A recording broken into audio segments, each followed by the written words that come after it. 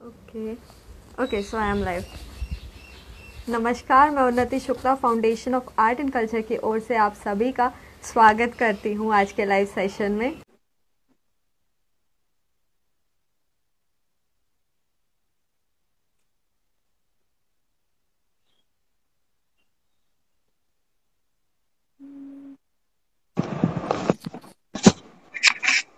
Hello sir, welcome. हाँ, okay. Okay, welcome sir. आज के लाइव सेशन में आपका बहुत बहुत स्वागत है। हाँ, बताइए। Okay, hello. दोस्तों, सर आपको आवाज़ आ रही है मेरी? I hope so. हाँ, आ रही। दोस्तों, आज हमारे बीच अमिताभ सर हैं, जो कि बहुत ही वरिष्ठ चित्रकार हैं। इनका बहुत बड़ा योगदान है समकालीन चित्रकला के लिए। मैं सर को बहुत तहे दिल से धन्यवाद देना चाहती हूँ कि सर आपने हमारे लिए आज के लाइव सेशन के लिए आज समय निकाला। Thank you. ओके, सर का जो 1947 में दिल्ली में हुआ, सर ने अपना graduation Delhi college of art से किया। सर के चित्रकला में बहुत ज़्यादा ही योगदान है। इस तरह की सर को कई राष्ट्रीय और अंतर्राष्ट्रीय पुरस्कारों से नवाजा गया है। तो हम सभी आज बहुत उत्सुक हैं सर से बात करने के लिए, आपसे बातचीत करने के लिए। हमने अपने कुछ प्रश्न आपके लिए अपने निकाल के रखे हैं, ढूंढ के रखे हैं। आज काफी लोग आपसे क्वेश्चन पूछेंगे भी। तो मैं कुछ प्रश्न आपके सामने प्रस्तुत करती हूँ। Thank you. You are most welcome. Okay sir, कला पर घटनाओं का क्या असर होता है? घटनाओं के जी हाँ। मतलब कला एक्चुअली कोई वैसी चीज नहीं है। ये लाइफ से काफी कनेक्टेड है।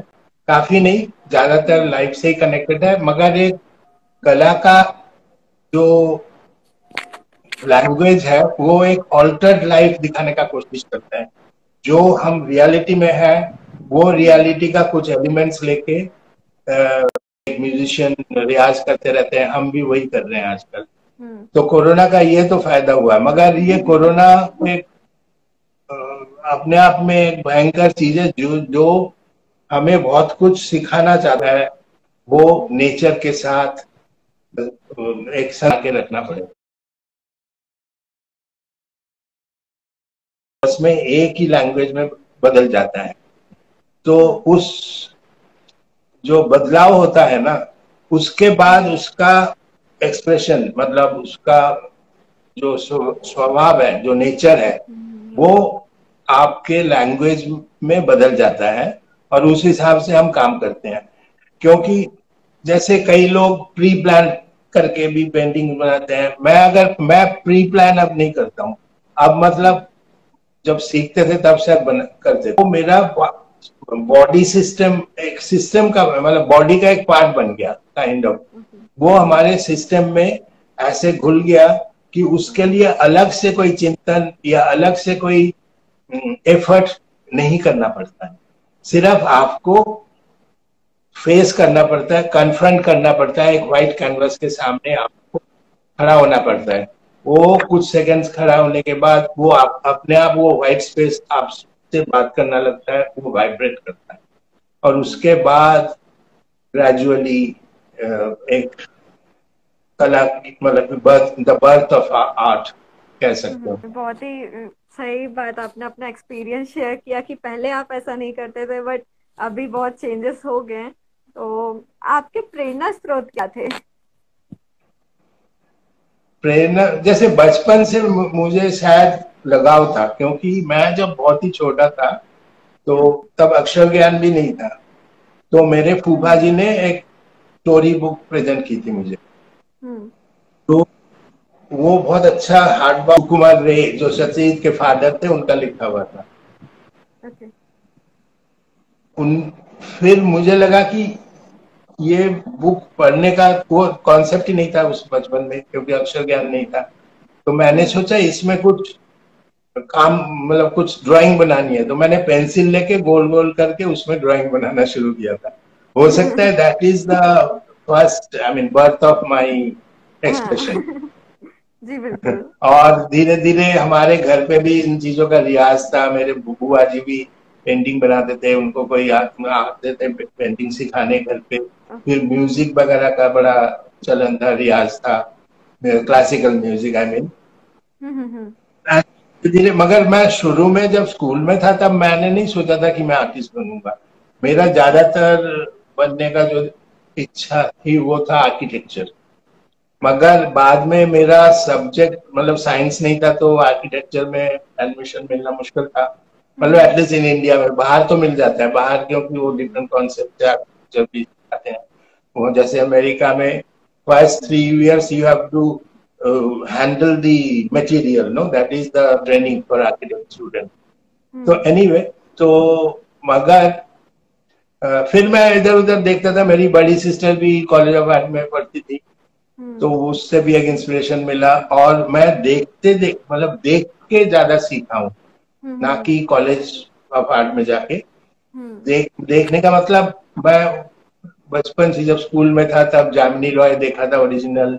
हम हमारे घर वो कनॉट प्लेस के पास था, तो वहाँ धूमीमल में जामिनी रॉय वगैरह देखता था। शैलोज मुखर्जी का सैनाई प्लेयर लगा होता था।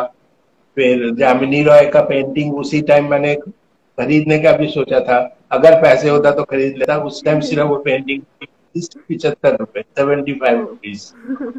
तो और उसके साथ ही पास में गलगोटी एंड सन्स करके बहुत अच्छी बुक शॉप्स थे, उसमें पोएट्री वगैरह एंड आर्ट बुक्स मिलते थे। उस टाइम तो इतना हार्ड बाउंड बुक्स नहीं आते थे जैसे आर्ट का आजकल आता है, मगर वो छोटे छोटे pocket books on different artist आता था। जैसे फर्स्ट टाइम मैंने वहां म्यूरो का काम देखा, बुक्स देखा। फिर पिकासो, वैन गॉग के पॉकेट बुक्स मैंने कुछ खरीदे भी।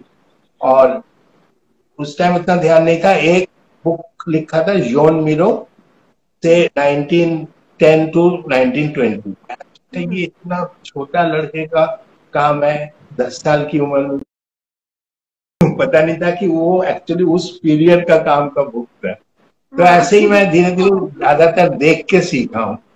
और मतलब अपॉर्चुनिटीज भी मिल गए। जैसे जब मैं क्लास 10th में था तो बहुत बड़ी एक एग्जीबिशन आया था, from 15th century to 20th century art of France. France से, तो उसमें पिकासो, ब्राक, शगाल सब का पेंटिंग था। तो उस टाइम मैं इतना वो एग्जीबिशन में मैं कई दफे गया। और that exhibition hall became like a temple to me. तो मैं उधर आंखों से तो देखने की बात, मैं देखता ही था पेंटिंग्स, मगर मैं छू के भी देखता था कि ये पिकासो ने ये पेंट किया, तो मैं छू के देखूं।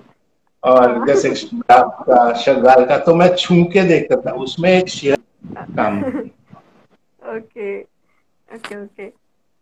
हाँ, कभी कभी ऐसे मन होता है बट छूने नहीं मिलता कलाकृति को, कि हाँ, शायद कुछ आशीर्वाद मिल नहीं, जाए। मतलब छूने का मतलब एक डिफरेंट, मतलब एक वाइब्रेशन, यू नो, या ओके। कि ये असली पेंटिंग है, असली चीज है जो ओह। पिकासो ने बनाया है, उसका हाथ लगा हुआ है, तो मैं भी हाथ लगा के देखूं। ये जो एक जी। फीलिंग है ना उस टाइम, वो बहुत हाँ अच्छा। जी। It was a great kind of revelation. जी बिल्कुल। ओके, तो नेक्स्ट क्वेश्चन, कलाकृति का समाज से क्या संबंध होता है? Actually, art and culture is the soul of a nation, you know, soul of a country, soul of a civilization. अगर हम्म आर्ट एंड कल्चर नहीं हो, हम्म एक पूरा सिविलाइजेशन को हम सिविलाइजेशन नहीं कह सकते, बस सिविल सिविल सोसाइटी भी नहीं बोल सकते। क्योंकि आर्ट हमें सोचना सिखाता है, देखना सिखाता है, एक हम्म जर्नी, इमेजिनेटिव जर्नी पे ले जाता है। उससे क्या होता है हम्म कि ये जो मंडेन वर्ल्ड से आपको निकलना पड़ता है। नहीं तो हम्म बिकॉज हम लोग तो मशीन तो नहीं है ना, वी आर नॉट मशीन। तो हम्म हमें अपने दिमाग का भी खुराक चाहिए, दिल का भी हम्म खुराक चाहिए। तो उसके हम्म लिए आर्ट एंड कल्चर या literature, they are the best medium for this kind of thing. इससे ही मतलब सिविलाइजेशन कह लो या ग्रोथ कह लीजिए, हम्म। वो indirectly art and culture is a great source for that.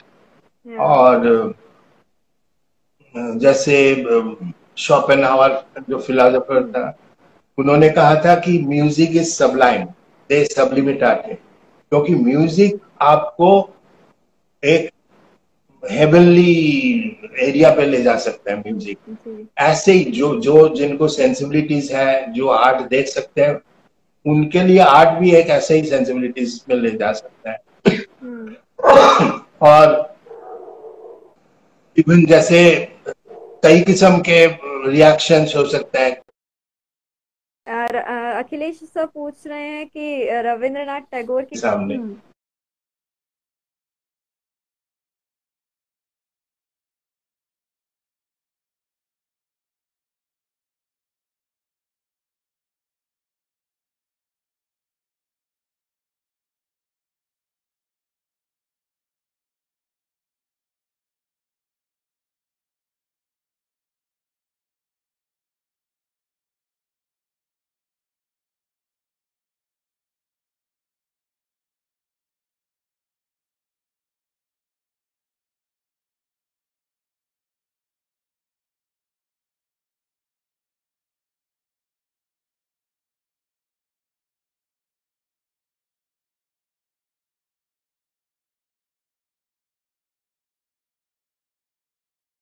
और मैं जब ओरिजिनल गुएर्निका, फिर भी लोग एक होमेज दे रहे थे, हम्म। मतलब एक श्रद्धार्पण जो जिसे कहते हैं वो कर रहे थे। तो हम्म। ये आर्ट का ये जो फंक्शन है और आर्ट का जो एक पावर है, हम्म। यहाँ से पता लगता है आर्ट क्या है। जी। ओके सर, कुछ क्वेश्चंस आए थे, मैं उनको लेना चाहूंगी। अखिलेश ठीक है। सर ने पूछा था कि एक सेकेंड, रविंद्रनाथ टैगोर की कविताओं पर कुछ बताएं। एक्चुअली रविंद्रनाथ टैगोर का कविता सिर्फ नहीं, उनके आर्ट या उनके any writings, literature, even letters, hmm. कुछ बताना, मतलब हमें एक्चुअली ये लगेगा कि हम कुछ ज्यादा ही बोल रहे हैं। हम्म। उनको बस एक्सपीरियंस करना चाहिए, उनका कविता पढ़ना चाहिए या उनकी म्यूजिक सुननी चाहिए। उसमें जो उस उसमें बताने वाली कोई चीज नहीं होती मेरे ख्याल। हम्म। तो उसमें क्या है कि आप उसको एनकाउंटर करेंगे या आप अपने अंदर लेंगे ना, कि हम्म। तो then you will also become Tagore. That hmm. Is the power of Tagore's poetry. जी। जी बिल्कुल। ओके। राजेश्वर त्रिवेदी जी का भी एक क्वेश्चन है। अलवर का मुंह और जयपाल शास्त्र को आप लगातार उल्लेखित करते हैं। आप अपने विचारों में किस तरह का प्रभाव मानते हैं खुद पर इनका? कला का।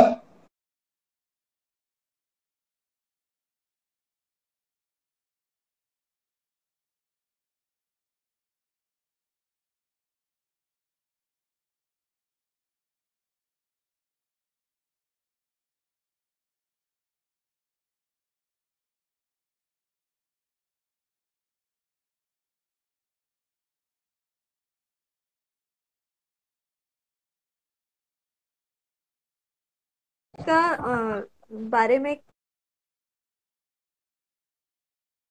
क्या अपने जीवन पे में था तो उस टाइम से इनका हम्म। राइटिंग्स वगैरह पढ़ा था। एंड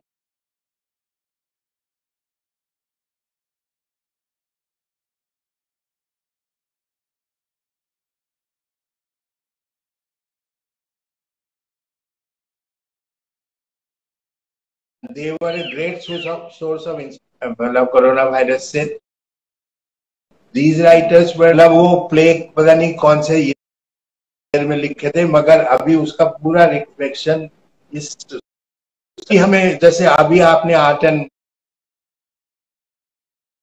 बात की थी, सोसाइटी में बीइंग एंड नथिंगनेस,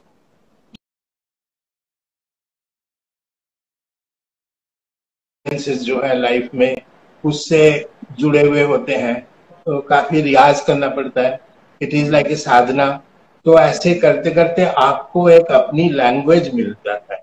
वो लैंग्वेज का आप तब अपने ढंग से यूज कर सकते हैं। और हर एक कलाकार का लैंग्वेज अलग होता है, क्योंकि कोई भी मतलब वी कैन नॉट, क्रिएशन अपने आप में एक यूनिक होता है, यूनिक चीज। ओके, तो सर कला का घटनाओं पर क्या असर होता है? तो जैसे कि अभी कोरोना काल है, इस पर आप कला पर क्या प्रभाव पड़ता है एक आर्टिस्ट के लाइफ में? जैसे आर्टिस्ट को अब इंट्रोस्पेक्शन की जरूरत है, क्योंकि लाइफ काफी बदल चुका है।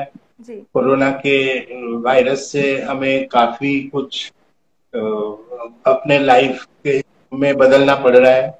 जैसे we are having an altered life, और आजकल जिसे मतलब कहते हैं कि ये न्यू नॉर्मल, उस स्थिति में हम आ चुके हैं।